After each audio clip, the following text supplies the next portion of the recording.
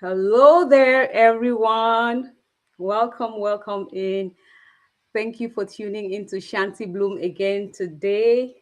Thank you all for coming in. I'm excited for another episode of Let's Talk Purpose with Chantal. How are you all doing today? I hope everyone is blessed. And before I get into what we're going to be talking about today, I just first of all want to say a very big thank you to you all for all the positive feedback I've gotten from the past episodes. I've had a lot of people sending me DMs, email, text, calls, just expressing how these conversations or discussions have been helping them. Some people say they found answers. Some of you said, you found direction for your next move.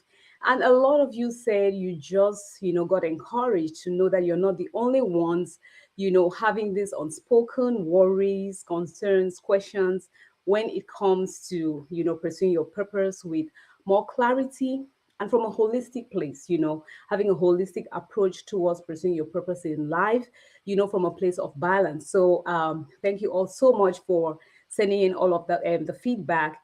And in today's episode, I am so excited. We're going to be looking at now purpose and community. We're going to be seeing how you can find your people, your tribe, your community, and make a difference. And before we get into the guest that I'm going to be having here with me today, which I'm super excited about, I just want to say hello to you all who are in the chat. Welcome in, Nina. That's my sister. Thank you for tuning in, Nina. Hey, Auntie Vero, thank you so much. Hello to you, daughter and mom. Hello to you too. Thank you for tuning in today. Please, as you are tuning in, do let us know in the chat, say hi, hello, and you can even connect with somebody in the chat. Let me know where you are tuning in from. We would love to hear that. So, without further ado, I am so blessed to be doing this today with none other than my own mom, known as Mirabelle Karawa. And it's really an honor to be doing this with you, Mom. And not just because this session I'm doing it with you, but because Mom happens to be a woman that I have watched firsthand identify her place in the community and serve it wholeheartedly. She's a woman of faith, a woman of courage, a woman who is so determined, but above all, she has a big heart. Such a big heart for people, and I've watched her firsthand identify her place in the community and serve it in a way that has been so effective and very sustainable. And so I felt like there is no other person I would like to have this conversation with other than you, Mama. So welcome in. Thank you very much, Shanta. Thank you. I'm And so so happy to be here, and that I'm in this live show, and it is your live show. That is a privilege. That is a blessing. So I'm so happy to be here with you. I'm even more happier and excited for today. So I know you have a lot. You have a lot to share about your life, your ministry. So tell the people a little bit about yourself and ministry, just a little background so that they see where you're coming from. So then we can get straight into what we're going to be talking about here today. Okay, like you have you have already introduced me. I am Mirabel Karawa, which means my husband is Mr. Karawa Samuel, and we've been married now for 40 years, and God has blessed us a lot with three children and nine grandchildren. We are so happy. And we live in Cameroon, precisely in Bamenda. And God gave us a vision to widows and orphans as far back as 2000. So we have actually been reaching out to various communities in the suburbs, in the villages, in the cities for 22 years now. And our aim is to reach out to the community of widows to holistically to build them up, both physically, spiritually, mentally, and otherwise. Want them to be whole, to be whole, and to be able to live a good life. Because we have realized that widows in my community, because I'm talking from my niche, are badly treated in the community. But I believe that they have one thing in common all over the world. People see them, they don't see them as normal people. And so we have been reaching out to them to build them and to also teach other people the same thing, that widows should be treated properly, they should be assisted to be able to live decent and fulfilled lives with their children. It's not because they lost their husbands that they have lost their value and their worth. They still have a lot to offer, they have a life to live. So God has also given us few people that we are working with them to be able to do that in the community. I think that is that about about me. Oh wow, mom. Yep, that's just a little part of you. You are so much more, what you've done to your community, beginning from us as a family. And I think we're going to talk more about that as we go deeper into today's live. Once more again, welcome to all those who are tuning in right now. Today we are looking at purpose and community, how you can find your place in this big puzzle of service to the community. Where is my spot? What is my spot? Where is it? How can I find it? And how can I go about fitting in that spot in a way that it benefits my community? So, as you've already heard, mom has already been doing so much working in that light, and we're going to be hearing more about that and how it can, how it can help us to also find clarity of purpose and how we can find what we're supposed to be doing in the community and do it in a way that is effective, in a way that is sustainable, in a way that brings us fulfillment and serves the people. So, Mhm. just to say hello again to a few people in the chat. Thank you, Queen Esther. I see you came in. Welcome, welcome in. Welcome, Mike and Don Guinness. Thank you. Welcome. She's tuning in from New York. I have Lily Ogini. Hey, Lily. Thank you for tuning in. Welcome in, Lily. Please, if you're here with us, let us know in the comment section below. Say hi, hello, and let us know where you are tuning in from. So, mom, talking about purpose and community. When you hear the word community, what does it mean to you? What does that word community mean to you from even your experience working in a community? The word community, first of all, talks about people. When you think community, you think people, and these are people that are networking in a way that they can benefit one another. They're actually networking. They're not living in isolation, and so these people, they have something in common. When we talk about community, about people who have something in common, they have a particular characteristic. And when I look at community, I see that there are various communities. Like today, in our time, we were talking about just a community, like people in a local geographical location. But today, we also have virtual communities. Like today, I am on your show, and your community is the Bloomers, right? We have the Bloomers, a community, and so we have that, and we have the place, which is a people that have been brought together by a geographical boundary or boundaries. And we can find other different communities, like people who have been brought together because they share common interest or passion. You can have people who have been brought together because of a certain action. Maybe there are people trying to bring a change into a community.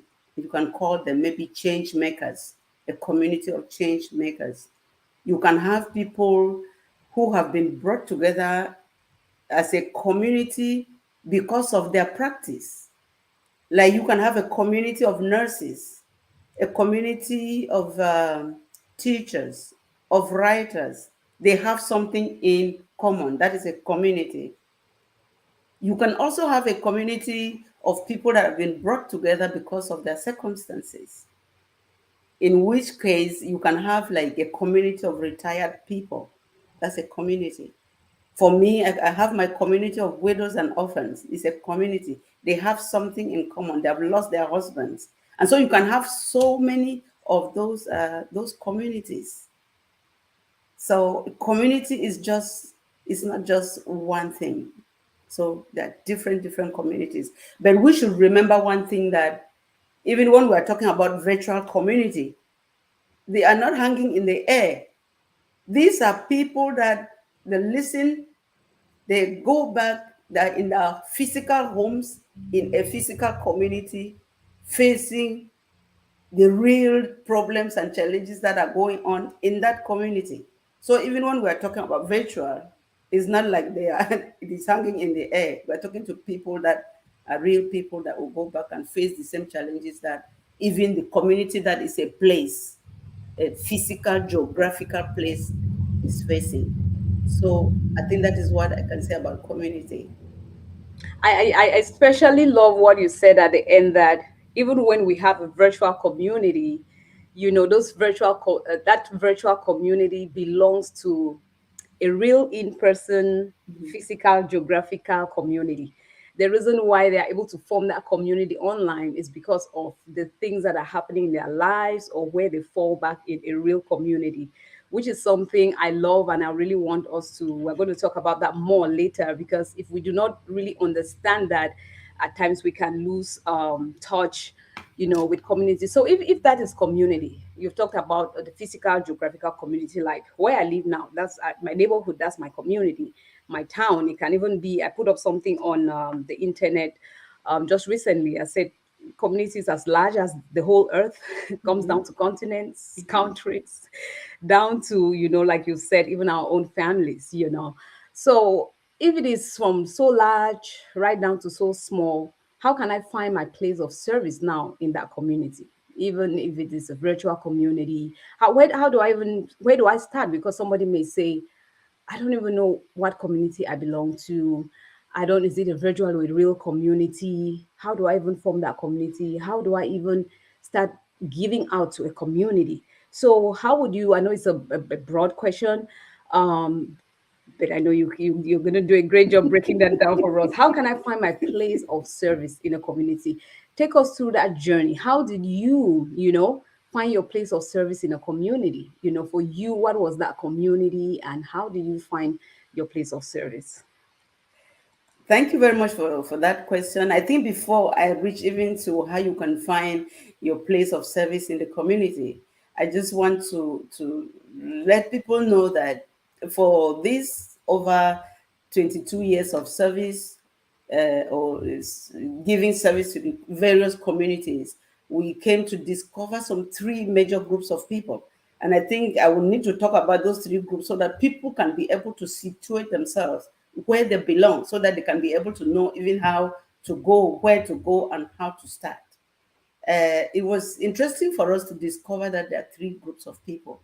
The first group of people, and these people are all in the various communities where we are. The first group is the group of people with needs. There are people who have needs, whether they're physical needs, whether they are spiritual needs, emotional needs, whatever needs. It could be personal needs, it could be family, group needs, and it could be community needs. Those needs are there. That's a group of people. Then they have those challenges, those problems, those needs, but they are unable to meet their needs. Then you have a second group of people. These are people with a passion to meet those needs. These people have the time to be able to meet those needs. They have knowledge because they have been interacting in that community. They know the people and they know the needs that are there. They have they have developed skills that they can even train and train other people that may want to enter into the community. And they can handle some of the needs, but they are limited. The resources, the finances are limited. They may do just a little. That is the second group of people. And then the third group of people is the people that have the resources, they have the finances, they have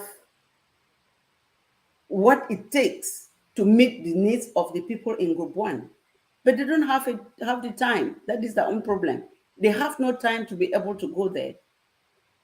It is maybe inaccessible. They don't even know how they can get into that community. So we see these three group of people. For us in Hope for the Widows and Orphans Ministry, we situated ourselves in group two. We have the passion to ensure that widows are properly treated and they are assisted to be able to live decent and fulfilled lives. And we are able to train. That's why we are now working with churches, local churches. We are training them through seminars and conferences to be able to assist the widows and orphans that are in the different local churches. So that is where we situate ourselves. We have the time. We move all over. We go to the suburbs, we go to the cities, we go everywhere.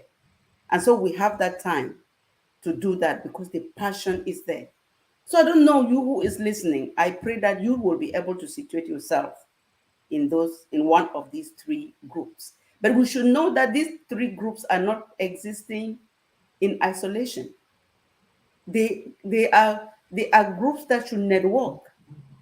Because if you have your money and you are not able to reach out to people with needs, you can meet the people who have the passion, the time to go to that community. They will may be able to help you to know how you can enter into that community. If you have needs that you don't have a way of meeting the needs, you can be able to connect with the people who are able to meet those needs, or people who can even connect to the people who have the financial resources. So we see that there is a need for networking. These three groups have to work in synergy to be able to have a balanced, healthy community. I thought that I should just make that one clear so that people can be able to situate themselves before I move on. I really love that analysis and the way you have broken it down. Mama Vero is saying, wow, I just like how you are analyzing on community. Thank you for that. Yes, I love the way you have put it because when we put it broad, people can get lost sometimes, knowing now that there are two groups, people who have needs, people who can meet the needs, in different ways, maybe physically through training, like you said, or people who can meet the need financially. But when you said that, something came to my mind. I would like to ask you now. So, can I only belong to one group, like as an individual in the community? Can I only have needs and not be? Can I only belong to one of those groups? There is no way you can belong to one group because there is nobody who lacks everything and there is nobody who has everything. At one stage in your life, you can be needing something and you also have something to give out to some other people. So there is nobody who is permanently in one or in any of those groups. That is why I was talking about the networking, because when I will be talking about how you can find your place of service in the community, you will see that you have to mingle with people to be able to know how, we have, like I was talking about, interests, the various the common characteristic. We have these communities, like you said, we have families, extended families, neighborhoods, we have churches, you have your office, you have your whatever, maybe your tribe or whatever. And there is no way you can belong only to one. You are in all these communities, and when you like, I will be going down, when it is in the serving, finding a way to serve in everyday life, that you will be able to see what do I have to offer in each of these communities, because you may not just serve one community.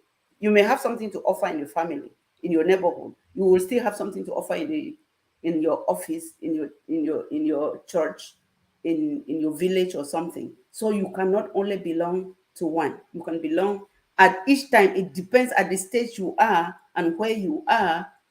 And you can have various ways to serve in different communities, not just one.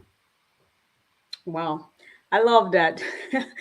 I love that so much. Once more again, let me just welcome those who have joined us in. If you're just tuning in, thank you so much for making time to join us here on Shanty Bloom today. We are looking at purpose and community, how we can find our people, how we can find our tribe, how you can find your community and serve it in a way that is effective and it's sustainable. And I think that is the desire that we all have. And I think that is what my Bloomer community needs, because if I have this community, it's because they are here, like Mom has just explained to us.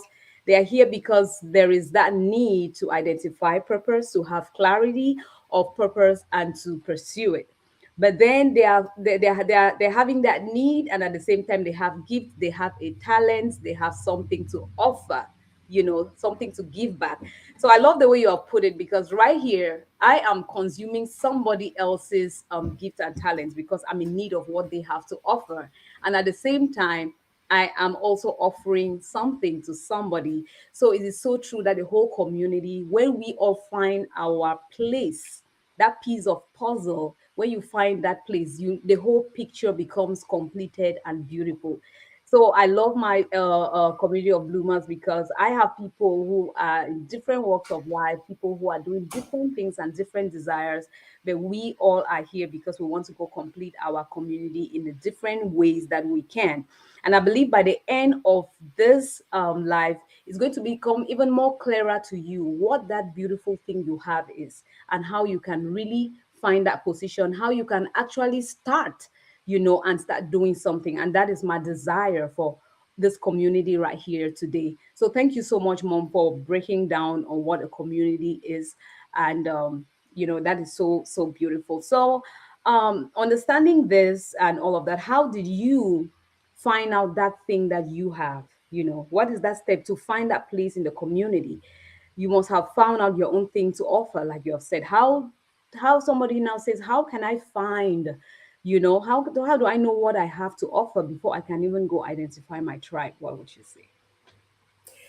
Okay, I will bring mine under the answer that I want to give, that it is in serving. It is in everyday serving that you can identify what you are good at.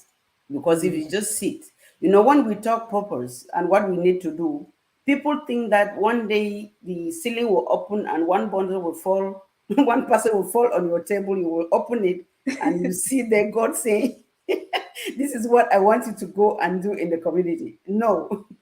Every day we have opportunities to serve. So it is left on you to serve.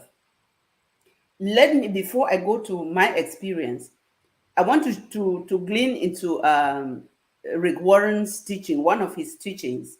He talked about God, God's purpose for us is to glorify him every day in our everyday life, the things we do every day.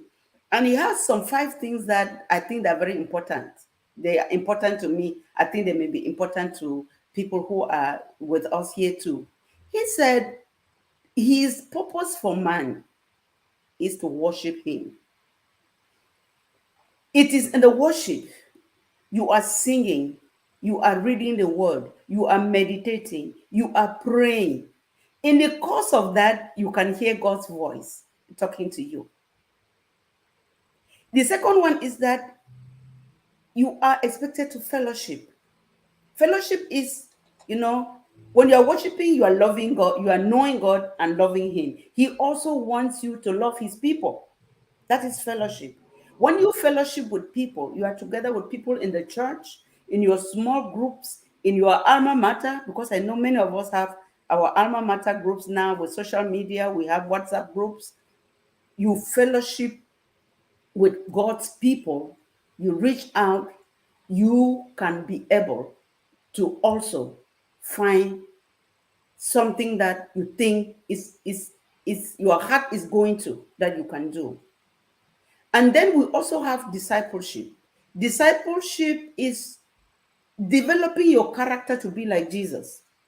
When you Mm. develop your character to be like Jesus, you will be serving his preparation for you to be able to serve like Jesus did.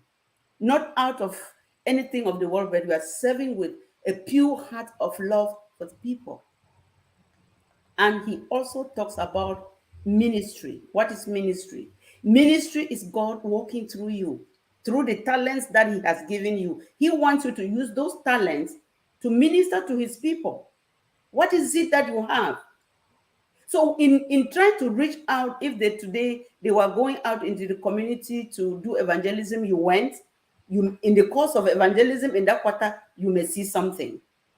If they were going, if the people are going out to do a particular work, you follow, you do, you serve. It's like in every day. You can still have small what do I say? Small deeds of kindness. Like in your community, somebody is moving house and maybe needs a helping hand, you go there and you help. You have done something. Even simple things like entering a taxi and one old mama, old papa is struggling to enter, you open the door for them, take their walking stick and put them, open the door for them to go out. You are doing something. You are active. When you are active in service, you will be able to identify something that you are good at.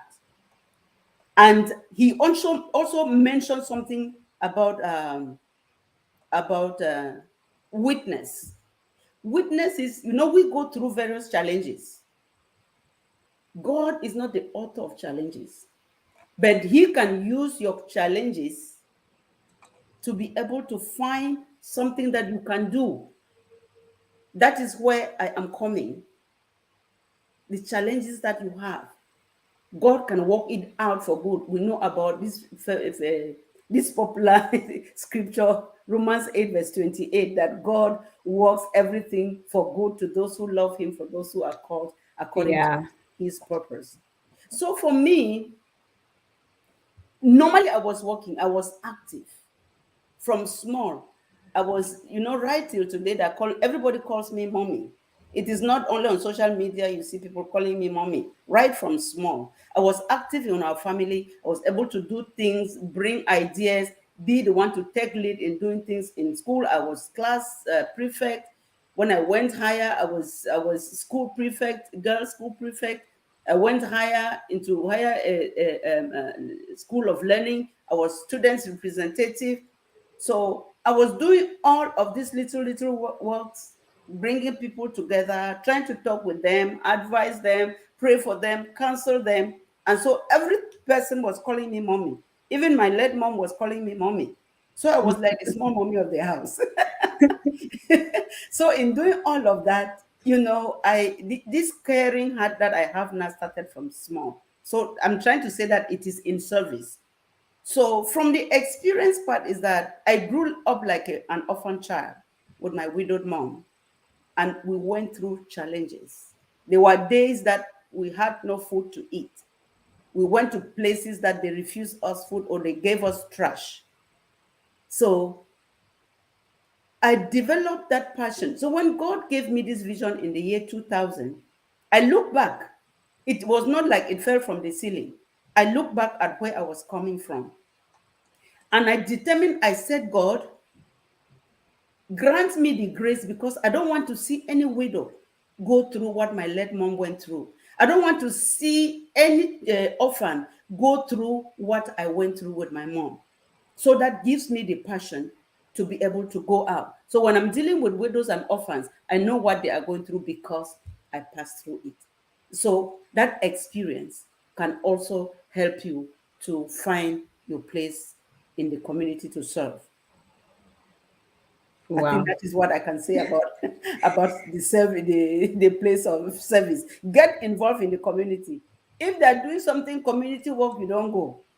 Your classmates are doing something, they're participating, contributing. So maybe one of your parents died, they're contributing, you don't contribute. They are doing something together, you don't do it. Then how do you want to find purpose? Purpose doesn't fall from the sky. It's through what you are doing. And I would also say that even the education you had can also help you to identify what you are good at. You can use it. You did nursing. You can be able to relate with people who are doing nursing You didn't be something that you can help in the community for town planning or for something that that they are trying to do a water project, something you did when you were training. You are an architect, they are doing something in the community, they want to build a community hall. There are various ways that you can try to do some things that can help you to identify. At first it is broad, but gradually, as you continue to serve in everyday little things, you will narrow down to the niche, your own niche, where you can function. And sometimes it's also good to ask trusted people, people that you trust, friends and Wow. mentors that can tell you, Wow. be true to you, to tell you that this is, you are good at this, or this one you are struggling to do, it doesn't fit you. So please, you are struggling there. This is where you fit. So you can be able to ask your trusted friends, those who can be, they can tell you, look, look at you in the face and tell you the truth. So I think service, using the education that you went through and asking trusted friends can be able to help you to situate yourself where you can serve in your community. I Oh think my goodness, you've said so much, Mom. Thank you. And I can, like you're saying all those things, and I can really relate to them because when you talk about serving, I know today so many people just sit and they can criticize and look at other people doing things and say, you're not doing it right, you're doing it wrong, I can do it better. Or people say, I'm waiting for that purpose that is going to come, reveal my purpose. And like you said, it's this big thing, and we cannot find it doing just nothing. My sister was just backing what you said, my sister Claudia here. She says, your purpose is in your daily service. It became so clearer to me. My giftings and everything was in my daily service, starting from my home. And I love that you said that community starts from that home. People forget that the home is also a community. And I have my sister here too, purpose driven homemaker, who shed so much light on that also on her channel. Our homes are that first community. And I think it is my serving. Even when you say mom, you were talking about from small. I think also that from small, that a little bit of that was in me. I can't remember. I was so young when you used to give me, you would just give me money and say, make a list, make a menu, and then the grocery list, and then go do grocery. And today is helping me even in my own home. I still make, when I'm still sitting down and do my grocery list, I still remember, how I used to do it. And at times, even when I would say I need a little extra, maybe for the taxi fare or maybe to buy something, she used to tell me that manage the money, do it in such a way that you get your fare from it. If you can do it well and there's a lot of change, it's all yours. So I used to make sure that I do it well so that I can have something left to get buy me a cookie, buy me something, while I was out there.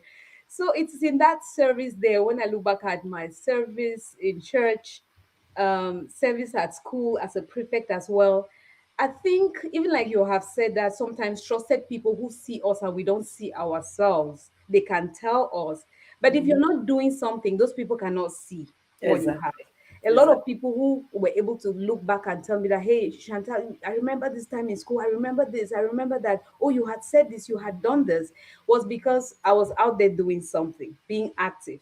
And then your talents begin to, you just use it, unconsciously, or you're not doing it intentionally, but it's in your service that you can get it. And I just love what you said about how to that passion can also be fuel from what you're going through. And I think my passion to also be here and talk about purpose was fuel from that circumstance of me, having a period at home with my children. And also, even with my work, I worked a lot with special needs kids, and I observe how those families sometimes can really feel stuck. I spoke with people that I could judge from outside, but when I came close to them, I saw that these were people who had a dream. These were people who had things in their minds, but then they were faced with a situation now that made you feel like, okay, they are just nothing. And then I just started to see that in different scenarios, people felt stuck because I myself felt stuck at some point. And then I started to do my motherhood differently. I started to see my family, my home as a community differently. So all those things you have talked about that can really fuel passion, like your past experiences can fuel passion as you're serving, it can fuel passion and all of that. It's so true. And everybody in the comments here is just backing all of what you are saying. Thank you all again so much for joining in today. Please, if you're just coming in, we're looking at purpose and community, and I have the honor of doing it today with my very own mom, who will share a lot of her story and experience, how she found, her own place in the community and served it and is still serving it. So those of you who have joined us later, welcome, welcome in. I did see you. I popped up your hellos on screen. Thank you all so much. And please, just one more favor you can do for me. If you're enjoying this and getting something from it, please just click the thumbs up so that YouTube is going to push this out to many more people, because I think a lot of us feel so stuck more than we want to admit, more than we want to, say, be that hand that helps somebody else get this information. So thank you. Thank you all so much for tuning in. Okay, Mom.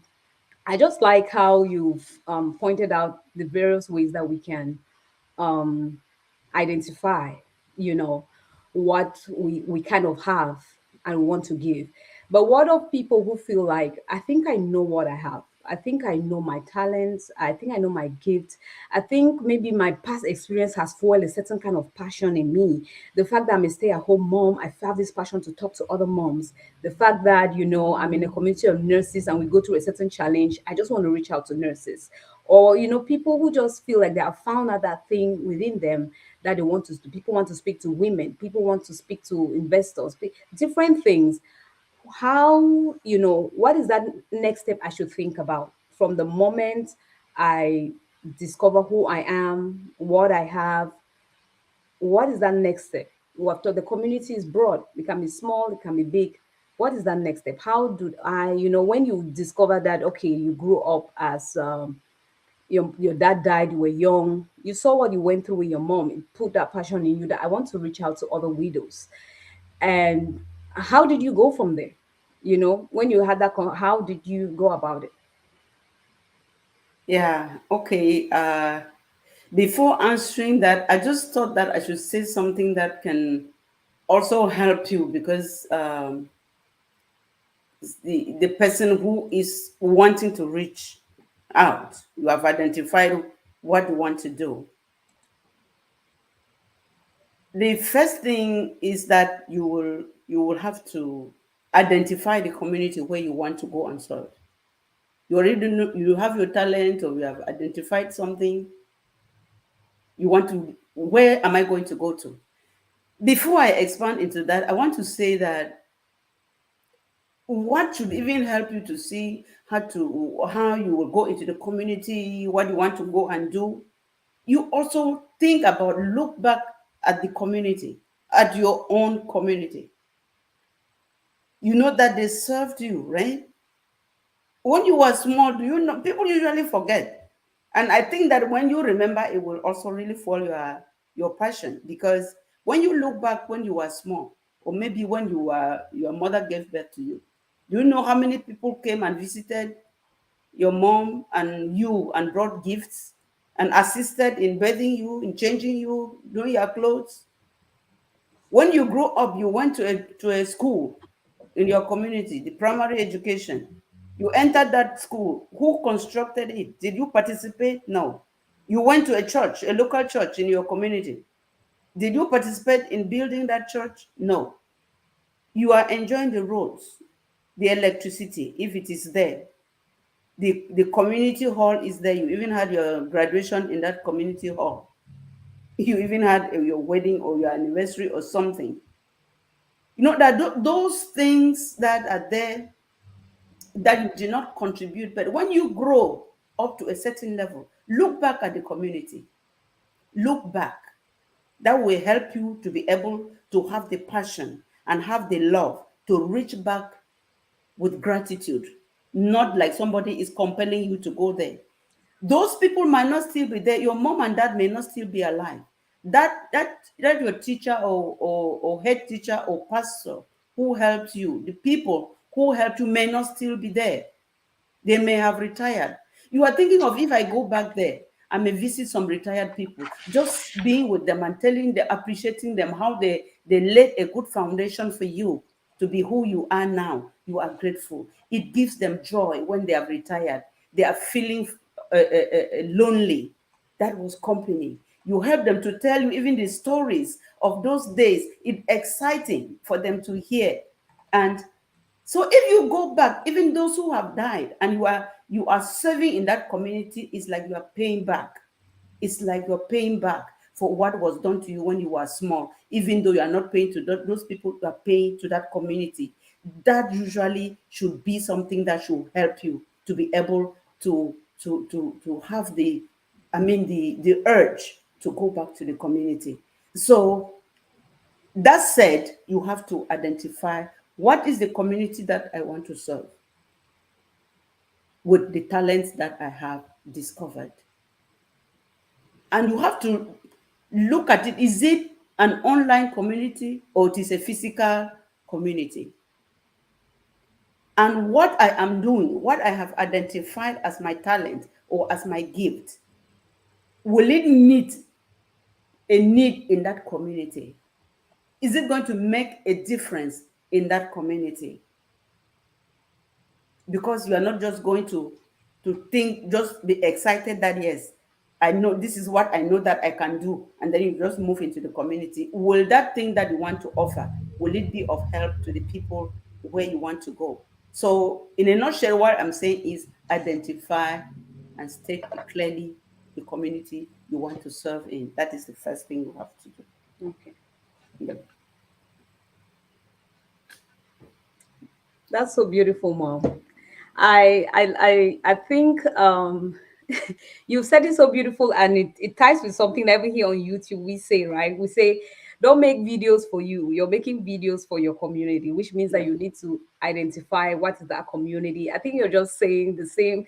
That's why I love this, because what you're saying applies whether it is a virtual or physical community. I have this thing that I want to give out. Is it really a need? Is there really a need out there? If it is a need, who are the group of people who need it? Because I've seen where people have really something beautiful to offer, but they're trying to give it to people who don't need it. And then they're wondering why they are not connecting with that community. It's because that is not the community you have to meet.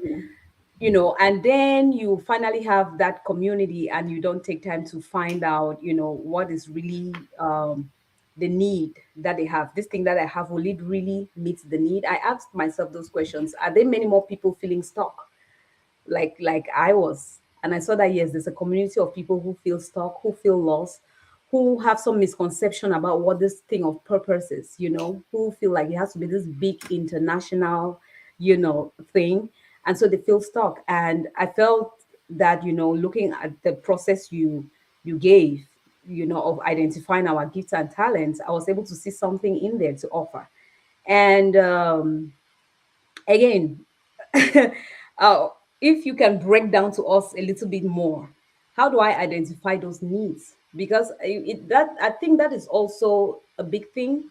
It's a challenge, especially if it's different. Like you said, one way to identify a need, or a talent that you have, or a gift that you have, or a passion that you want. One thing that can fuel your passion is a past experience. Let me just say, for example, if I was a drug addict before, I may develop a passion now to reach out to other drug addicts and help them in the process of surviving. If maybe I was domestically abused, I may have that passion now too. So somewhere I have experienced it, and so I understand what they may be going through. But you can also maybe have gone through something secondary. For example, I have a need to meet that you observe your mom, your mom as a widow. But now when you're reaching out to the widows, you may know just so much of what they are going through. So what do you do to really identify people's needs so that you are sure that you are meeting the needs? I'm sorry, I'm trying to figure out a way to ask you, but I think it's a real thing, because if you don't really know what you are out there giving out, you may be giving so much and it's not really blessing anybody. Yeah, I think that is a real, it's It's a crucial question you are asking, because need identification is a big thing if you want to reach out to the community. You Mhm. must make sure that you match your talent or your passion or your gifting with the needs that are in the community.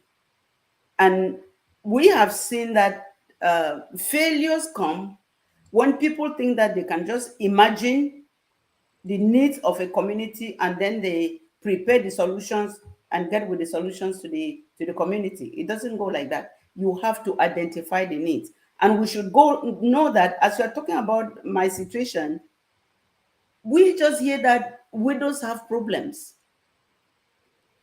When you hear widows and orphans in my seminars and conferences, I have asked people, when you hear the words widow or orphan, what comes to your mind? What everybody says is charity. Charity. They need they need money, they need food, they need clothing, they need, so that is what everybody thinks. And then you may hear that, then we would have, and that is what we did. You are going into the community to minister to the widows, you carry food, you carry clothes, you carry shoes. But that is not it. Widows have let me say that the problems, their needs are diversified. There are so many. So when you generalize, you can go with a solution that is not going to meet a need. And I always say that a gift or service that is not meeting a need is wasted resources. You're just Mhm. wasting those resources because Wow. what you have given will not be used. So you may have struggled, sacrifice your time, your money, your everything, and just gone with something that is not going to be of any use. So you need to identify the need that meets with that your passion or with that your talent. Let me give you let me say a short story from some of the things that we have in the community. We went we in need identification. People, we know that the general thing is that young widows are being hindered from getting married because of tradition, because of this, because of that. It is general, right? But there is this widow who is young. We reached and we were discussing with her in the course of need identification. And she said, for me, I don't want to remarry, even though I'm young. It is not because of culture and tradition. I want to stay with my children, bring them up the way I want to bring them up. Because if I get married now, will the new husband accept my children? If I want to leave my children and marry, who is going to take care of them? Will they take care of them as I would have taken care of them? More so, she even told me, I don't know. I have been with my husband for all these years. I don't know how to start with another man that I don't know, to start learning me how to behave with him. I just feel it's very awkward for me. I don't think I fit there. So you see, but if we had the general thing, it was that widows want to marry and they are being hindered from marriage because of tradition. But then that was a particular situation for her. There are still others who want to marry and actually Mhm. tradition is hindering them. So you have to know that you have to meet the to identify the needs per widow. Don't generalize it and bring a solution because you will be embarrassing some people. We had this other widow. Please just permit me say this one, say this Oh, too. please! We want to hear the Yeah, stories, and yes, they because help us. I'm talking from where I am coming from, so Yeah, please go on. it makes sense when I say. So there is this widow that felt embarrassed because she's a well-to-do widow, right? The husband died, left her with the house, and her children are all grown up. They're working. She herself is working. So in this church, because we're educating people that they should try to identify needs of the widows before meeting them, because the tradition we have seen is that for churches, because they know widows are in need, at times like during Christmas time or during towards the Christmas period, they will just buy rice, come and share, buy soap, come and share, buy matches, buy, some of those kind of things and come. That's easy now. They're looking for what is easy and give. So in a conference where I was invited, I was talking and I said that widows have various needs. Their needs are not the same. So we should not just give them, imagine that they need food and bring food. In your local church, I mean, you cannot have so many widows. You may have 10, 5, 2, or even if they are up to 20. Look, constitute a committee like the early church did in Acts 6. If you remember Acts 6, 1 to 6, when the widows in that church had a problem, the apostles appointed 7 spirit-filled people of faith and wisdom to take care of those widows. It's because they knew that when they were just doing it haphazardly, there was grumbling and complaining. So we are telling the church, don't do it the same way they did. Appoint some of these people to take care of the widows in your church. And then they will go through need identification, widow by widow. And so you now see how can we meet the needs of these widows. Some of their needs don't need money. They don't need material. They need emotional counsel, prayers, guidance, and direction. So there is this widow. After I taught that lesson in the conference, when we closed, she called me and said, my sister, thank you for the teaching. I hope the pastors, the churches are getting it. They will change. Can you imagine that my church gave me rice and soap? I am working for God's sake. I am helping other people in the community.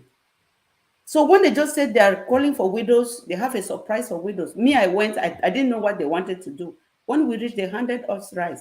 So I got so embarrassed. If they asked me, I would have told them my problem. My problem is not rice, it's not clothes, it's not anything. I have everything. I need counsel. I'm having some challenges with my in-laws. I need somebody to counsel me what to do, how to go about it. I don't need food. So what I'm saying is that there is need identification is very important when you are entering a community. Need identification is very important. Don't imagine needs. Look at needs through the eyes of the person who is in need.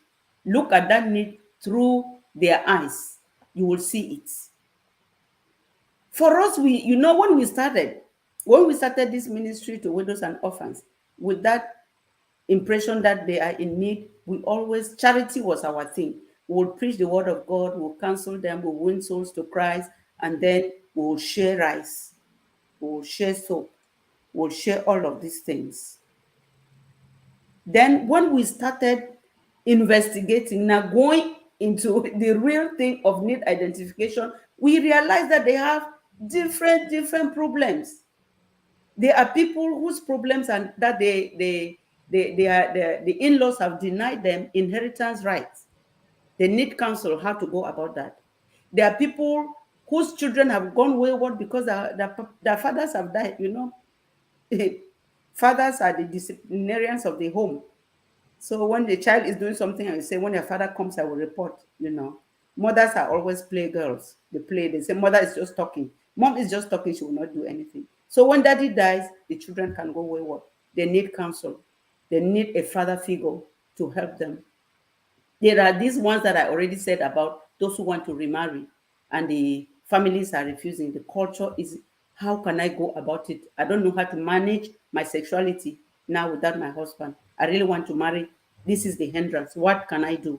And that is why we're telling the church, we started it and we're telling the church, work with the local, the traditional setup, the funds, as we call in our community, the traditional rulers, the community rulers, and let them begin to look at some of these things, how they can change them. So that a widow should not, we have widows of 20 years, people who got married at 18, 19, widows of 23 years. Do you want the widow to live for 80 years? Do you think they can manage the sexuality? No. When they go now into immorality, we crucify them. All these widows are just promiscuous. But where were we before they went to that stage? Did we help them? We saw people who just have that emotional, that internal, personal pain that if they don't tell you, you will not know. So all of those things, we have the challenges of mourning practices, widows having being forced to sit on the floor, being they are restricted from movement. They should not go to even to church before a certain number of years or months or weeks. They should not go to the market. So those are things those are problems. Those are challenges that need solutions. They don't need food. If you go with rise of those challenges, no. So I'm still emphasizing on the importance of need identification. Match that your gift, that your passion, that your talent with a given need so that you can succeed to impact the lives of people in that community. Wow, Mom. You've spoken volumes right there, and I see so many comments here. People just agreeing with you. Hey, welcome in, man of God. He says everyone has specific needs. Let's find out how. And I think that is the same way that God deals with us. I don't remember as you were talking. There's this song. I don't remember the lyrics very well, but there is this song that says that God deals with us so personally. We are all his children, but he deals with also personally. And even as I look at the chat, I see a lot of people who also have online platforms here. And I think what Mom is saying here should just inspire us to see um how much we should really ask the people we should dig into the people we want to meet, we want to speak to, our community. What really makes them not sleep? What makes them lose sleep at night? What is it that is worrying or bothering them every day? I think that will give us, even for those who are here and are my fellow YouTubers, that will give you ideas on titles and things to talk about, so that you are sure that you are really meeting the need of your community. And that's what keeps them coming back, because you are being specific, you're meeting their needs. And if I see what you're saying there, is that at times that's how it helps us to kind of like diversify. Because you see, I bring up different topics on this, especially on this Mhm, show, Let's Talk Purpose. I mhm, When I started talking with people one on one, I realized that not everybody feeling stuck is because they don't know what they want to do. mhm, I saw that people were stuck at different levels. Some people were stuck because they know what they want to do, but they have a mental stronghold that's holding them back. So I knew that I cannot talk purpose and keep the mental aspect out. I saw that there were people, like you say, I talked about friendships and marriage. I saw that there's emotional baggages that people are carrying, hurt that they're carrying from friends, things that family do, things that just hurt the heart. And even though you're talented, you found clarity, you want to move on, it's like it's holding you back. You cannot give full impact. You cannot be the best that you want to be, because you're carrying all of that baggage around. And that's where it kind of, from talking to people, I saw that, what, these are important things to address. So, Mom, I think you're really helping this community out here right now, listening to you, to find clarity, but then to also even, and I think this is what helps people to niche down. mhm, Because sometimes, like mhm, you, mhm, I've watched you, Mom, you people have used, and that's what I love about your ministry, is that you have that holistic approach. You've kind of connected with the health sector of the community, for those in health. I mhm, that there are widows that maybe their widowed husbands were because of HIV and things like that, and you have just transformed their lives. They are just like back healthy. They didn't even know some of the resources that were in the community for them. So, and we are not trying to take away the aspect of charity, but we're saying that we go deeper, that there are bigger needs. But those they had that need of health. No amount of rice would have helped them to survive that disease. So that was able to help them. I've seen you in the emotional aspect. In fact, people, there's something, even just a few days ago, you were saying something. I saw that trying to work on something, even concerning his alma mater school and things like that. And I began mhm, to really ask myself deeper questions, which I want us to also reflect on, even as my beautiful community out here. Let's begin to really ask those deep questions. My purpose, how deep is your burden for those people you really want to meet? I'm not just saying this because these are my parents, but they challenge me with the burden that they have, the burden I see in them to see a change in their community. That's why they have gone as far as talking to traditional rulers, getting to the rural community, talking to rulers, like going so deep as to wanting to work on systems, because there are certain things that no matter how much we talk about and complain, if the systems don't change, if the culture itself does not change, then people remain in that bondage. And that's why at the end of the day, all you may be doing is scratching the surface of the need, which is like those immediate material needs. And so, thank you so much. I thank God for you and what you people have been doing in those communities, in just transforming. It really, and those of you who are here, if you're coming from an African context, you will know what it means to enter into a rural community and have heads, try to change some things. You may be chased out like physically, but I have seen you guys gather the courage, pray, and trust God to help you get in there and just have, talk to them. And I see the favor of God. I see the favor of God also to just have those people listen to you.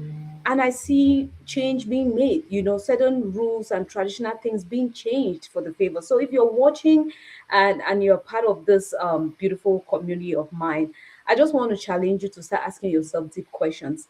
The community have identified, have I taken time to really know what their needs are? What is really their pain? Empathize with that pain. What do they really go through? Do you truly want to see change in the group of people you say you want to? Maybe if you go back and revisit your passion, revisit that burden in your heart, your message will come out in a different way. You'll be able to diversify also your message, or you'll be able to niche down, because like mom, you're saying, some people have niched down and all they do, maybe reaching to widows, is in the area of health. Maybe they're not into educating, they're not into any other emotional. They just feel like I'm gifted. I belong to the health sector in my community, or maybe they are nurses, they are doctors. They have the resources, they have the connections, and they have decided to just get resources, get connections, and that's all they're doing. So at times one body can stretch out to do all, but I want to believe that at times just you may just pick one section so that it does not overwhelm you. So I'm just kind of like saying this kind of came to my mind to kind of talk to my community here that we should revisit our bodies. I've watched you guys and it made me ask some questions again, like, wow, I have to like, and it helps my message improve. When I talk to somebody and I really feel what it feels like to feel stuck, what it feels like to wake up in the morning and feel like you don't know what you want to do in your life. And then at the same time, you have mental challenges, you have emotional bondage and baggages you're carrying from friends, family, from the community. It just breaks my heart, but at the same time, spurs me up to study, spurs me up to look for those solutions and to use this YouTube platform and even the one on one platform to see, share those things out. So, thank you so much, Mom, for pouring more light on this, need identification. And thank you for sharing those stories because it really, really, helps.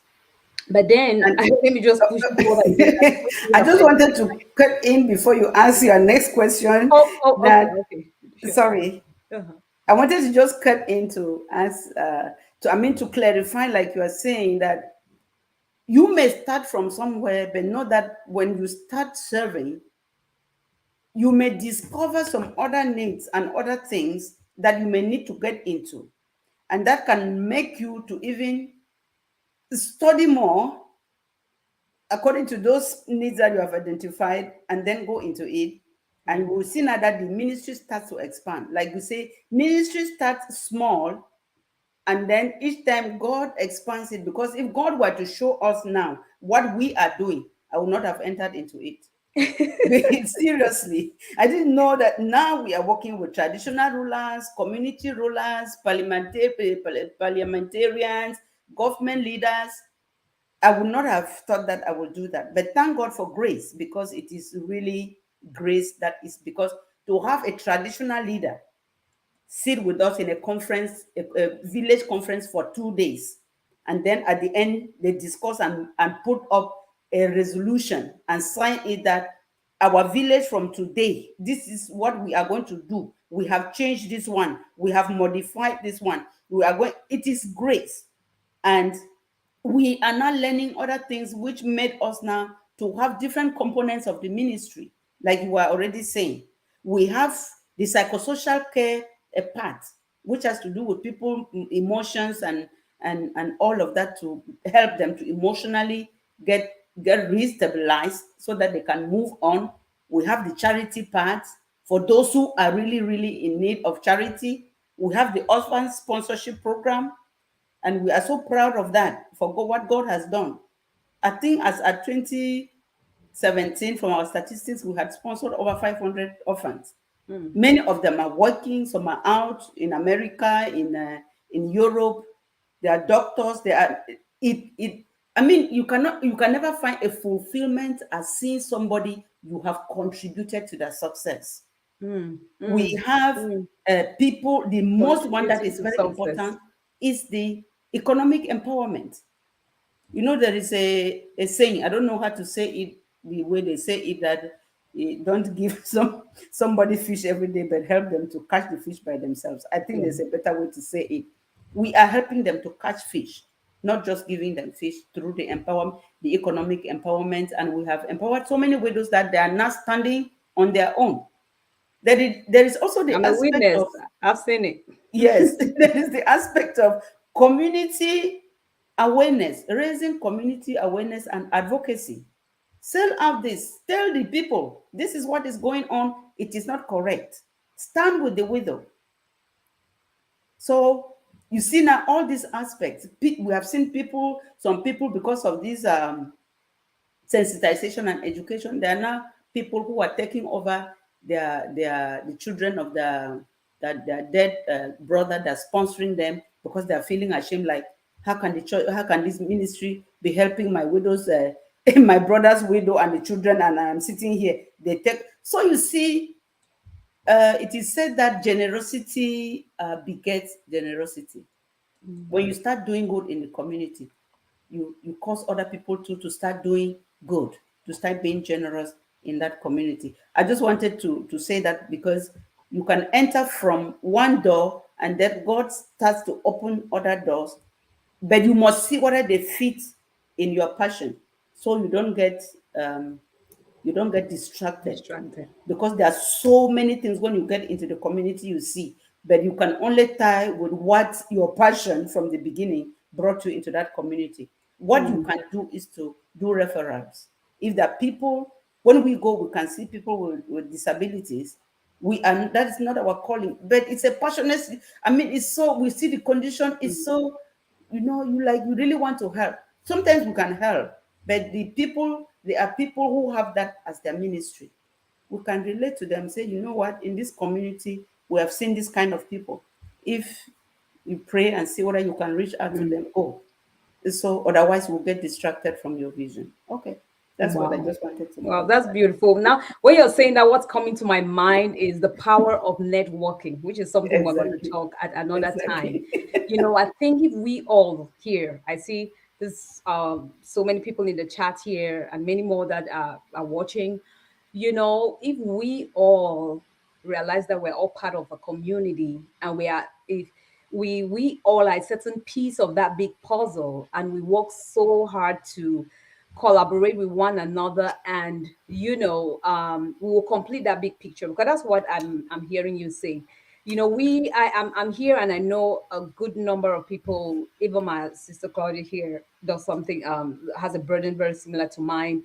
If we at times, you see that even under that big umbrella, we are gifted differently. Like you're saying, so many people may want be reaching out to their community, and some people are in the area of health, and some people are in the area, and you can be able to do a referral, because you can do it all. There are some people who have, maybe your talent is diversified into two, three, but then there's an area where you feel like, okay, maybe my job is to connect you to somebody who is doing it. That's why it's important to network, to know somebody Yes, who is doing something, and for exactly. that connection to be there, because we all here, again, like I said, are a piece of a big puzzle. It's a big, beautiful picture. But when we identify our place, and we do it wholeheartedly, and we do it together, and we do it as a family, and we do it intentionally, we complete that big picture, and then it becomes a mutual thing. Because you mentioned about the schools that have been built, that may not really be my burden. I'm not an architect. Maybe I'm walking around and just enjoying my neighborhood. Somebody is sitting there and and seeing that, no, I think this road was wrong, they should have gone with it this way and that way. Those are things I may not see, but I may just be enjoying the benefit. But we're all part of the same community. Exactly. So when we each serve and bring our piece of the puzzle, we all enjoy that whole community together, be it virtual or local. But like we had said earlier, even a virtual community is coming from a physical local place. They are here virtually because of the challenges and problems they face in a real in world a real that is community, right? offline. So we always have to remember that. And I think that's why this conversation today is very important. At times we may forget about it, but I don't know if it's age, but as I'm getting older, I keep asking myself that question. I told you the other day, even mom, I was having this conversation with my daughter, Kayla, when I was dropping her off one of the mornings very early, and I was just telling her, I want her to let's look in the community. Where are the areas we can volunteer and just do things? At least I know what I can offer. She as a kid may just go for the fact that it's available, but I think it's in that she will discover what she really wants to do, Mm-hmm. discover her talents, so that Mm-hmm. tomorrow she has to write an essay for college. She will not just make up some big story. She'll be able to Exactly. already have discovered something she's passionate about, a gift that she has realized that she has, and she may already has evidence of things she has done in her community, volunteering in that light. So if you're watching me here, you're a parent, that's something. You can get that idea. Start having your children serve in your community, in the church, in the school, in the neighborhood. And Exactly. those are things I'm beginning to ask myself. It's easy for me to just enjoy my neighborhood and say, oh, it's so good. And I'm beginning to ask myself, how can I help somebody who is stuck in this my local community? And so, thank you so much, mom, for telling us that. And you said something that is so beautiful, that a service that is not meeting a need is wasted resources. That is so powerful. A service that is not meeting a need is wasted resources, wasted time, wasted energy, wasted money. So Lord, give us the wisdom, to get into our community, serve, identify needs that we can meet with the gifts and talents that you have given us. But that said again, it's still I'm still gonna keep pushing you. Yeah, Okay. I've identified, all of that, but how do I, Meet the needs. what is that finish? How do I go about starting to meet those needs? Somebody may be watching right now and say, I don't know, how did you start? You were able to identify your own community to be a physical local place. Mm-hmm. And like you said, you've gradually expanded. There are people who have, especially in today's day and time, people find that the easy way to first start connecting with that local community is online. Some people can start from there. But then, if these are just platforms, then when I finally identified that community, the platform I want to use, how do I go about it? How did you go to start meeting this need that you had identified? I know that yes, it started with Okay. the service. If you can just push more light to just help someone, I just need like a practical thing somebody can start doing today. Okay. Okay. Yeah, before I say that, you said something concerning you and your daughter, and I just wanted to come in that when you are serving for people who are already married and have family, involve your kids, please. Involve your kids in what you are doing. It's a good teaching. I like how Chantal talks about what I used to do. I didn't know it was going to make much meaning for her at this age. But she started from small. So involve them. I involve them. If she can remember, all of them have volunteered in the ministry at one point. There were times that they had to take their clothes that they have outgrown their shoes, and we give out to the children as we go to the field. You sometimes you can go with them with their children to do the work yourself themselves as you are working with them. It's building that passion in them. They can be able to start identifying some things that when they grow up and look back, it can push them and fuel their passion. So involve your family, your whole family in doing that, and that will really be so beautiful. Then answering your question about meeting the needs, right? Mm-hmm. Meeting needs, when you go to meet needs, you will see so many things, as we said before. There may be some needs that need immediate attention. They may not, I mean, those are like, like somebody has fallen in the pit. You are bringing the person from the pit. You wanted the person to climb the stairs to a certain level. But first, you have to bring them out from the pit. When they are here on the floor, then you start showing them to take step one, step two, step three. So meeting immediate needs is like pulling somebody out from the pit. So there may be some immediate needs which are usually like charity needs. maybe that person, you will meet somebody who is homeless and you need to make sure that they have shelter. You may meet somebody who does not really have food. The husband just died, the children are there. You can give them food. You can help them educate maybe a child that dropped out of school. But the key thing we want is that when you start with those, meeting those immediate needs, Yeah, you charity. have to gradually graduate into looking for solutions that are sustainable. You don't want them to keep coming to you to take food, keep coming to you to take money to go and pay their children's school fees. You don't want them to be dependent their whole life. So, because, when people have to be dependent on public charity, public charity has strings attached. You want them to be dependent. You want them to go as far as having a financial independence so that they can be able to take care of themselves and their children. So you start with immediate needs, then you go to needs that are sustainable. And bringing some of my stories again, just like one or two of the We need many them. stories. we We need meet those stories. we had to we went, and then we met this widow. We did not even meet her. She came to the office in tears, actually crying. When I talk with her today, I show her that picture. I don't know how that picture came about. I show her the picture as she was crying, and she had immediate needs that had to be met.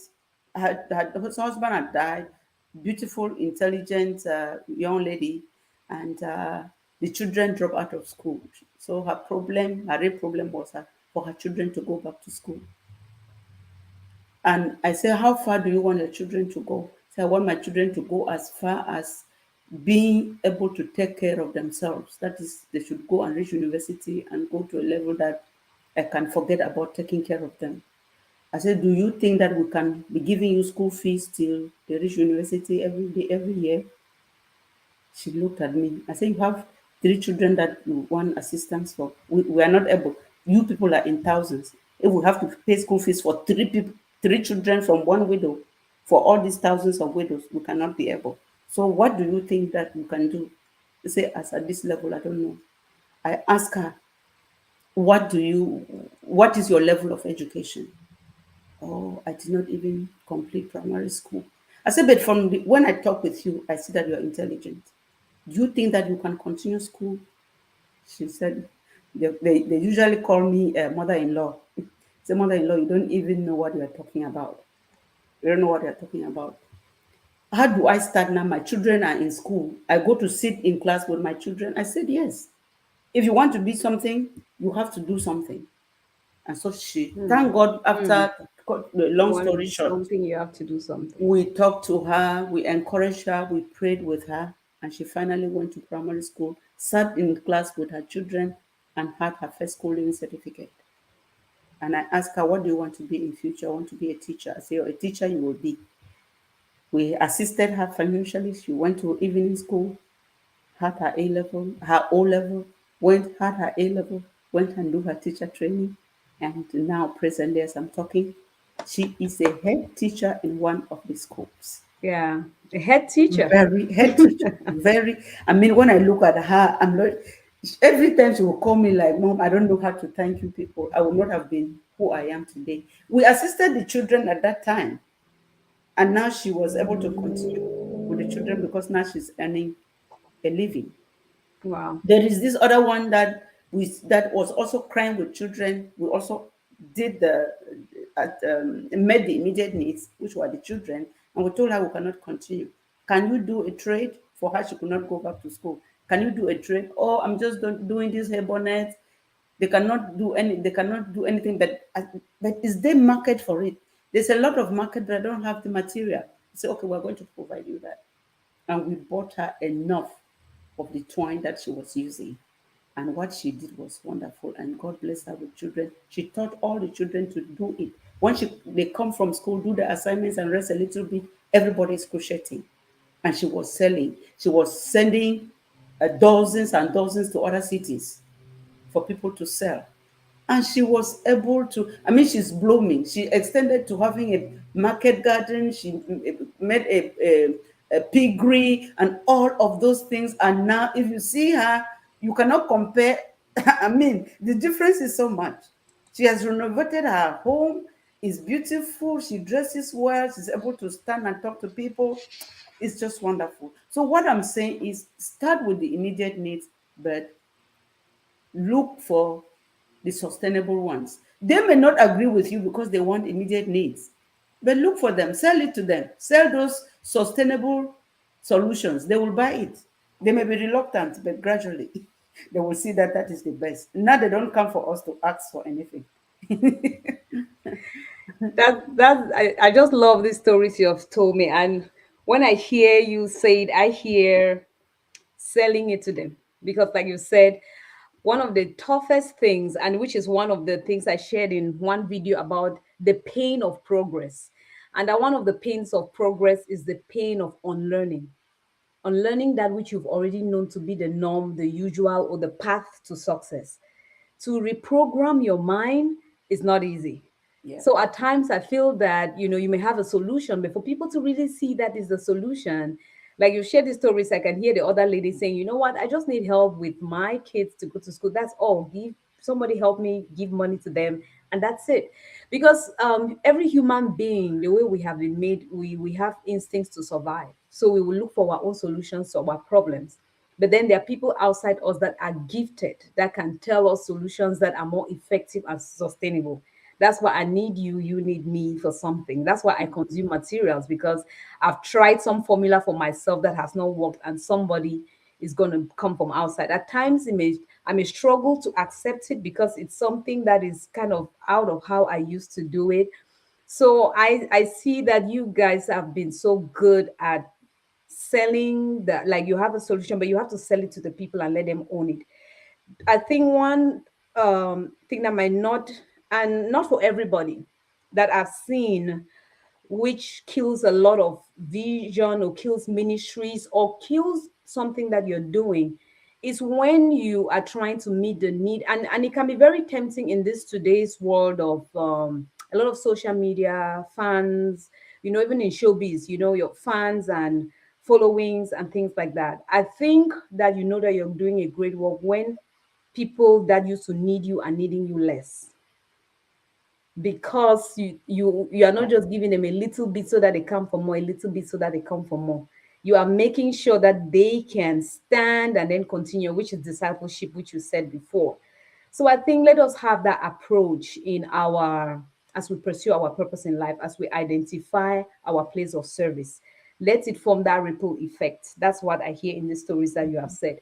Because today you supported one woman, and she is now taking care of three lives who would grow up tomorrow. And and it's just a ripple effect of a generation that would have just gone down the drains or end up to be maybe homeless, drug addicts, or just get into so much crime, because that's what we have seen happen a lot when people are super needy.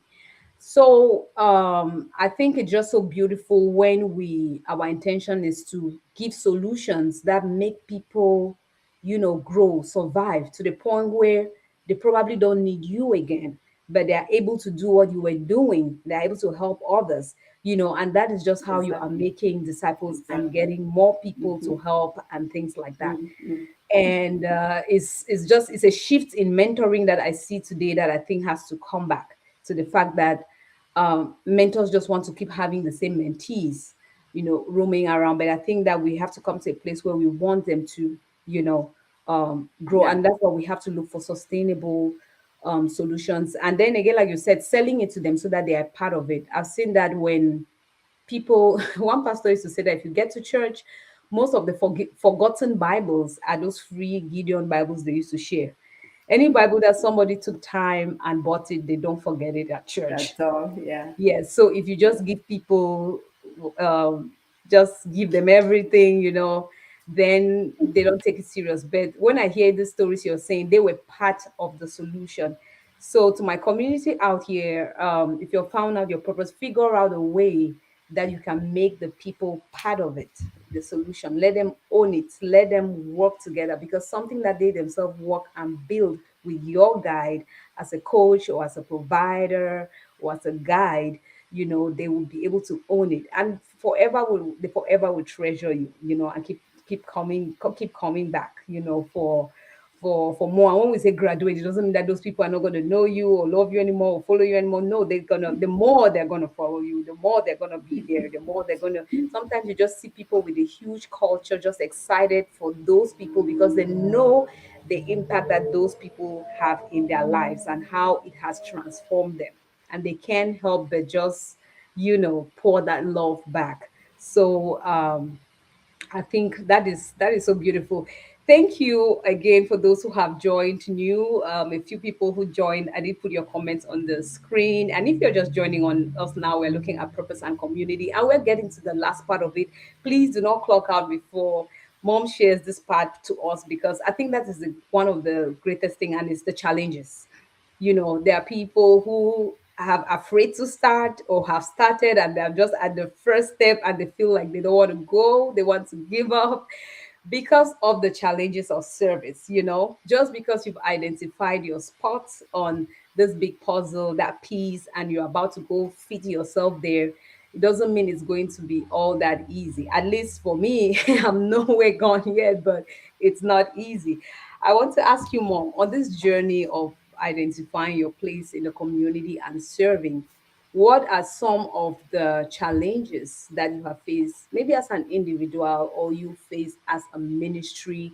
If you can just help, because I believe that there's so many people watching who will be able to identify with some of those challenges that you have faced as well, because there's really nothing new under the sun. What are some of the challenges, that you would face in serving your community? Okay. Before I go there, you said something that I just want to just throw more lights. Um, it is not always good to give 100% assistance to anybody. It's not advisable because they don't own it. They know that, I mean, there is nothing they sacrifice for it. So always involve them in the solution seeking process. Let them be part of it. Let them know, I want to go to this school. We are going to pay your fees, but you will buy your books. You know, I'm doing this gardening. I'm buying all the seeds, but I need a water pump so that I can water it in the. So they are part of it. So they can never leave it because they contributed something to Yeah. that solution. So when you just bring the solution 100% and give them, they can do anything with it because they don't Yeah. feel it. Yeah. That's why online you see free resources and paid ones from the same person. Yeah. And you would see that whenever you have a paid conference or paid meeting, people attend it from the first to the last and they take notes because they paid for it.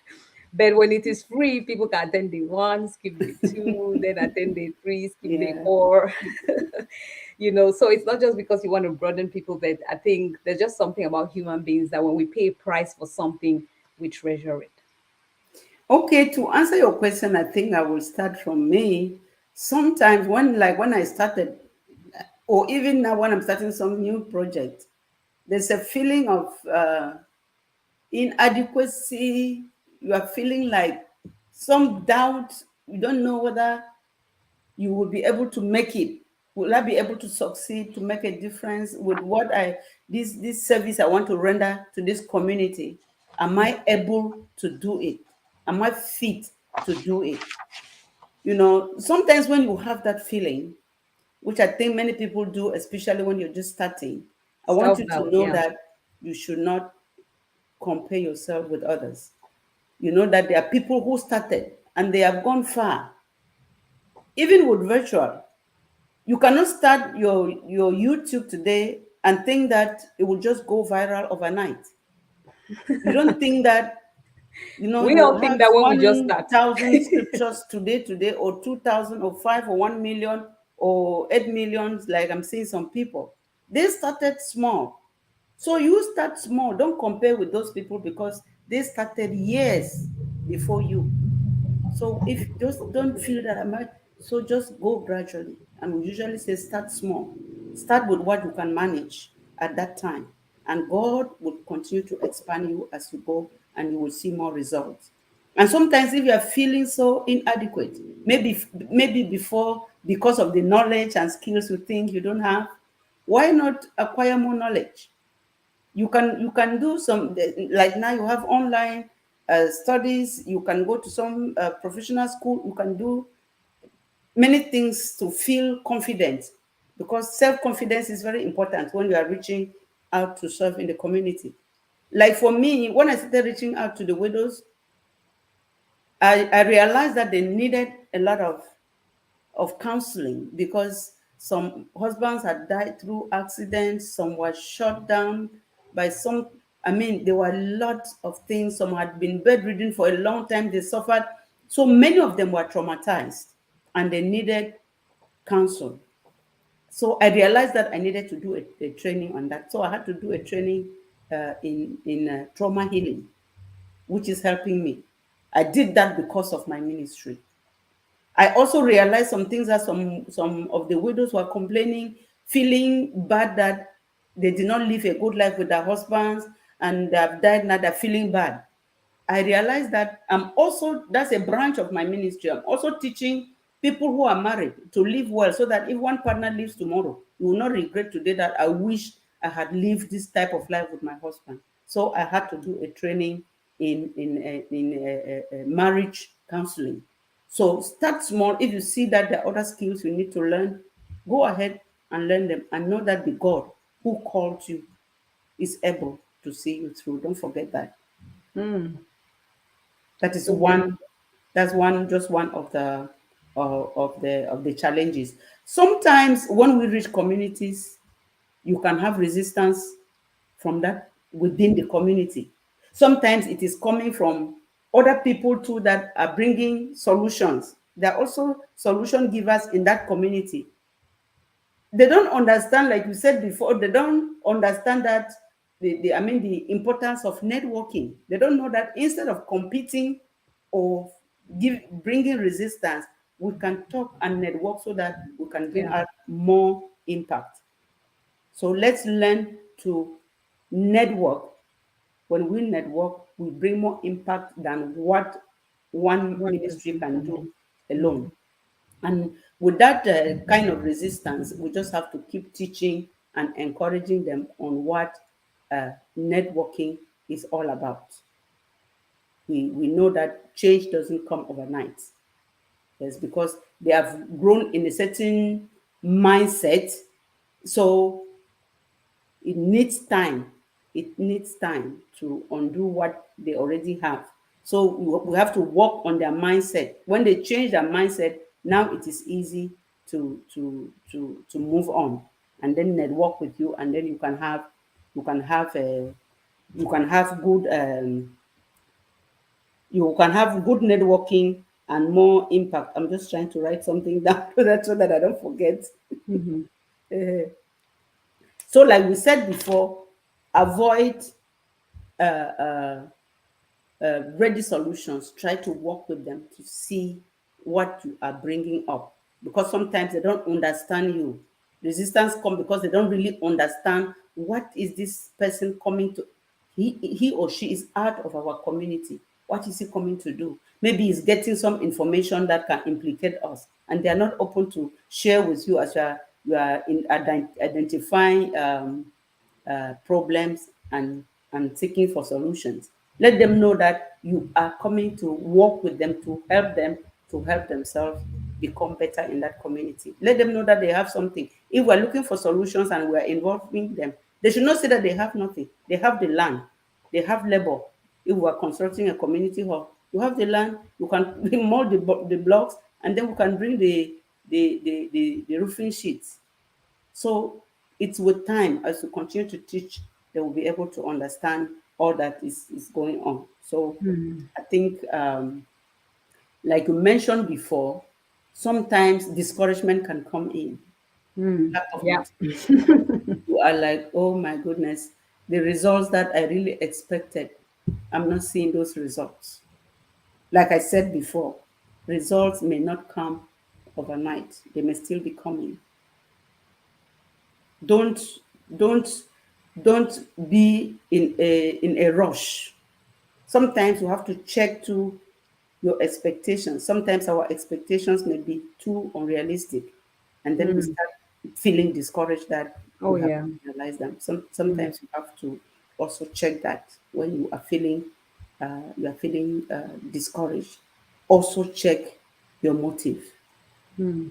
where you started. Why did you come to serve?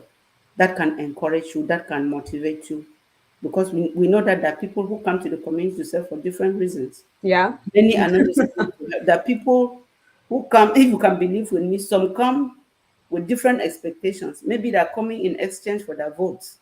When Mm. the voting time is coming, they bring things so that they can They lobby can for get your vote. elected. Hmm. Sometimes they just want popularity, they want Hmm. titles and all of that. If that is your source of motivation, then when those expectations are not met, what happened? You give up.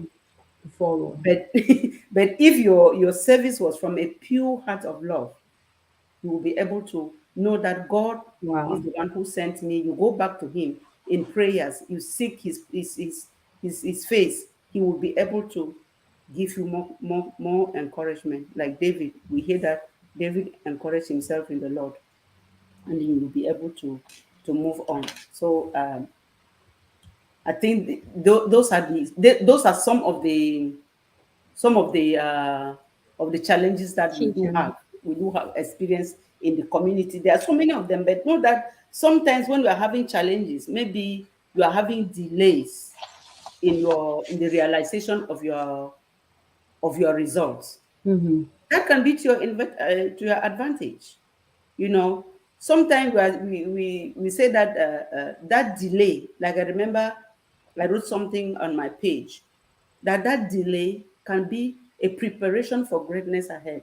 Oh, yeah. During the time of delay, I've experienced that so many yes, times. God can be building you to be able to handle the ministry when it grows big. Yeah. He's building your character, Yeah. right? Character. We, Character is a big we one. see in James, I think it's James 1 to 4 or something. Hmm. James was writing to the Christians that were scattered all over the world, that when you are going through just challenges, face them with joy, because they're Yeah. building you up. Character in you. Yes, they're Yes. James building your 1 1 to character 4. so that you will be able to move on. And I think I will just read one scripture there to help us with that. I think, please just permit me to read the scripture. Sure. Yeah.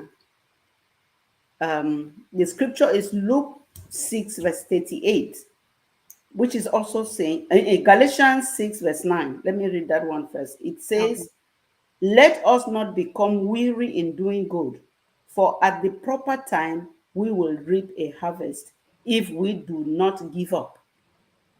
Wow. Galatians 6, verse 9. And you also can remember the benefits that you have. If you that one will read in Luke 6, verse 38. There we can see that your blessings to others will come back to you. Good measure, pressed Press down, down. shaken together, and running over. So just keep doing the good. Don't grow weary.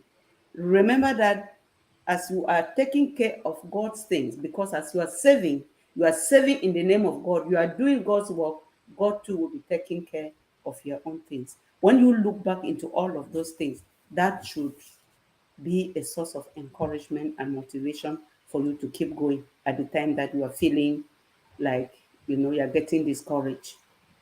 I think I will not end without talking about this one that I also suffered from, is the challenge of burnout. Mm. Challenge of burnout. That's a When big you one. Talk about it. when you go to the field and see so many things you want to, like, do everything at the same time, like finish all the problems and solve them at the same time. If you are not careful, you will go into burnout. Sometimes I remember how I used to, my husband used to just, when I overwork, he will force me to sleep, take away my phone, put it off, and close the door and say, sleep. I said, I'm not feeling sleepy, just lie down. Just lie down. You have been working the whole day, you have not rested. So we need to rest, we need to take care of ourselves. We need to sometimes set boundaries in our work. I remember sometime my husband and I had to sit down and say, what is our starting time for work, when is the closing time. Because sometimes I used to work till 7, 8 o'clock. Oh So yes. we had to say we're starting at 9 and we're closing at 3:30. In fact, ministry used to start sometime when you haven't even woken up. I still remember You remember? doorbells ringing, the door knocking, somebody's crying, somebody wants to talk to you. And then even after devotions in the evening, we still had doors knocking. So I don't think you guys really needed to sit down and have a start and an end time. I remember And like that. you, and like you said, let me just cut the, and like you said about starting small, all of this in the beginning was also because before you expanded into having an outside office, you started from where you were. You started from inside your home, Exactly. and Exactly. so you needed to really set boundaries so that we would know. I remember growing up, even as young kids, there were times that even my siblings, they thought maybe these people were just aunties and uncles, but we were not family. So yes, I can agree that you had to sit down and have a start time and an end time for the day. Yeah. Yeah. So when you start small, it's okay, but when you are increasing, you start facing those challenges. So we had to set starting time. Office is this time to this time, but it's not static. There's has to be flexibility. There's Yeah. some situations that you have to just attend to, Yeah. especially when it's a matter of life or death. Yeah. You have to go a little bit out of the boundary, but boundary setting is a good thing. I think you have talked much on setting boundaries on some of your videos. So that is very important so that you can try to have a work balance. You have the home, you have the work, you know. I had to develop time because sometimes you can overwork like people who are married and you are the one that is doing even the more or both of you forget that you are married, right? You just work, work, work. So I decided that Mondays were going to be my home days. I decided that every Monday I am at home just for my husband. Whatever we are discussing together, I arrange his things. I just want him to know that I am home because of him. I'm not doing my own things. I'm not at home to work at home. I am at home because I want to be with you. So we have to do that. Otherwise, the ministry can scatter your marriage, or the marriage can scatter the ministry. There Mm. should be a balance. So that is really very important when your vision is expanding. And one thing too is the inconsistency. You mentioned that before. You don't know what people, you have started doing something, people are following. You have monthly meetings, annual meetings, seminars, and this, and then you don't know what this next seminar next month, what am I going to talk about. You are still figuring out. I Clarity, mean, you are clarity, track, but what topic am I going to talk about? clarity. So Mm. people want to, even like you people, like the people on social media, when you start posting, people are timidly coming in. By the time they see that you are coming every time, they are ready and waiting for the next upload to watch. So we that is one of the problems. And sometimes we can have lack of resources because the ministry is increasing. The resources to reach out to meet those needs can be a limitation.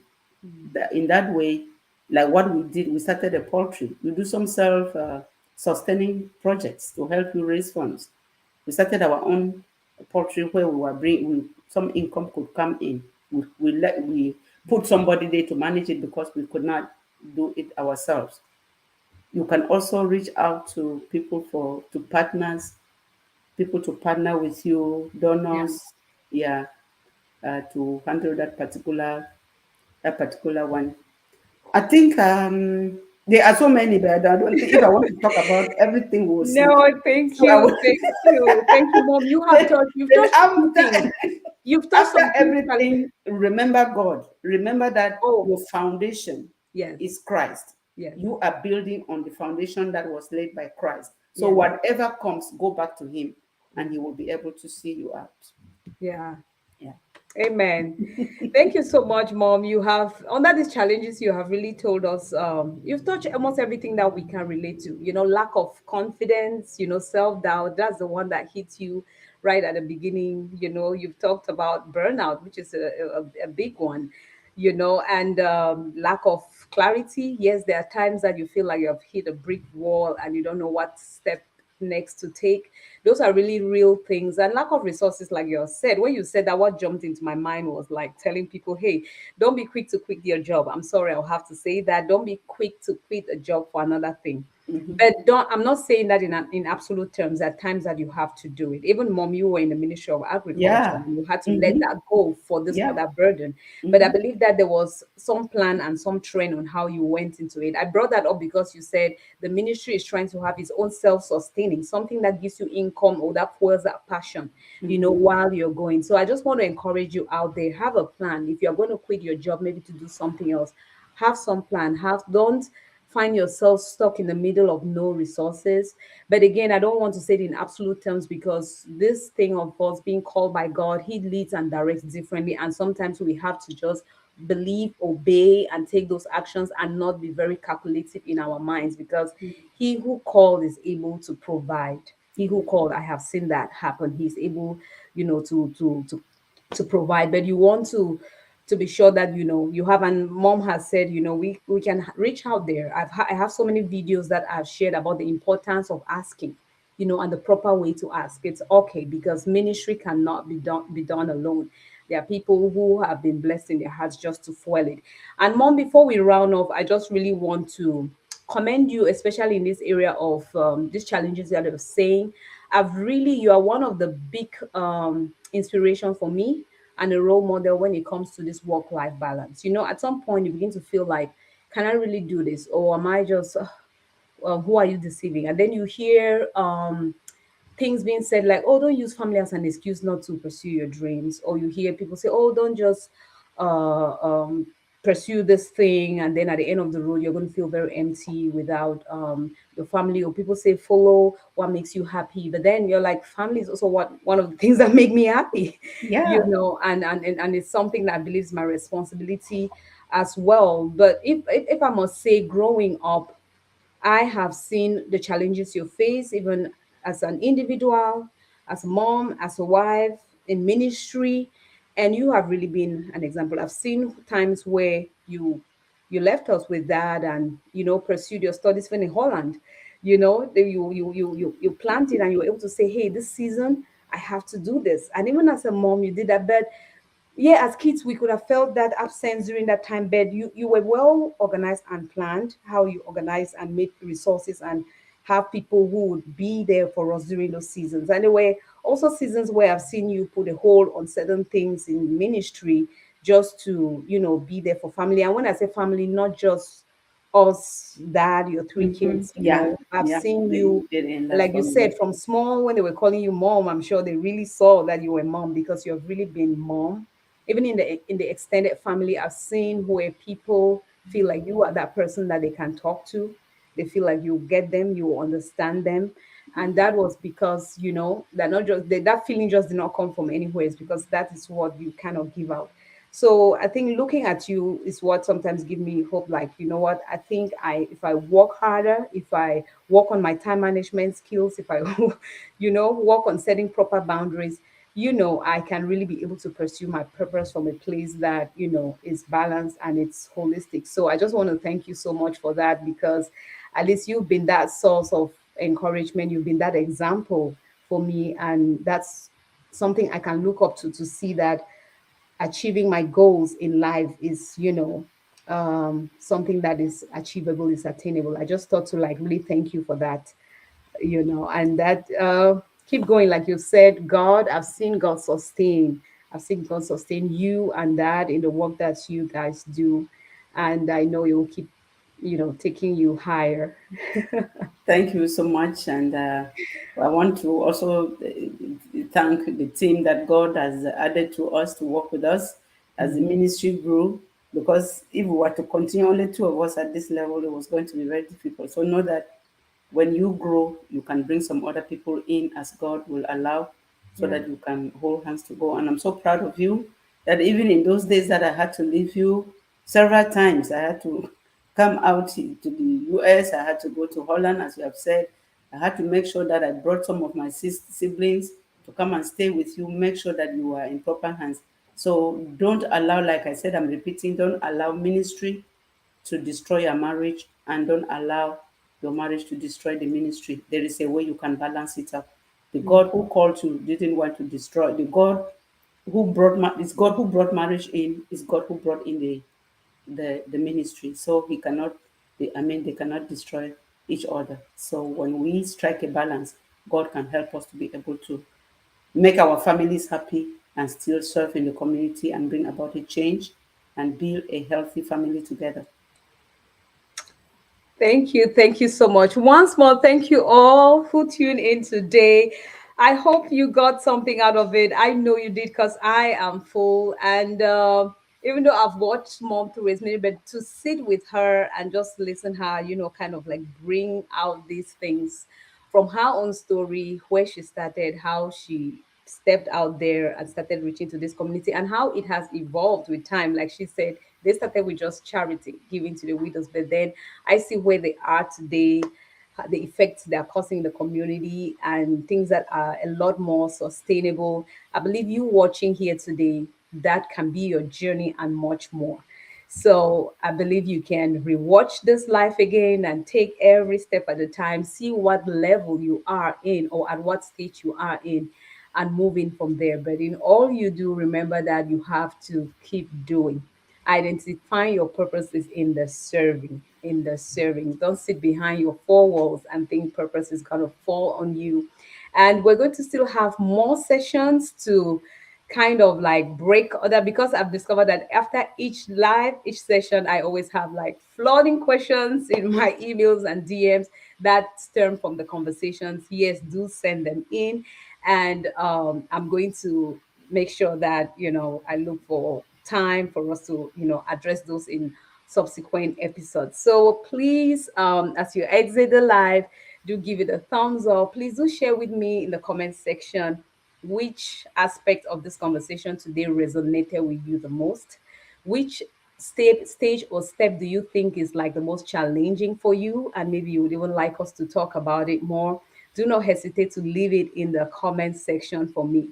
Once more again, thank you all so much for tuning in today. Thank you, Mom, for being here today. I would like you to close by giving any last words you have for the audience here today when it comes to purpose and the community.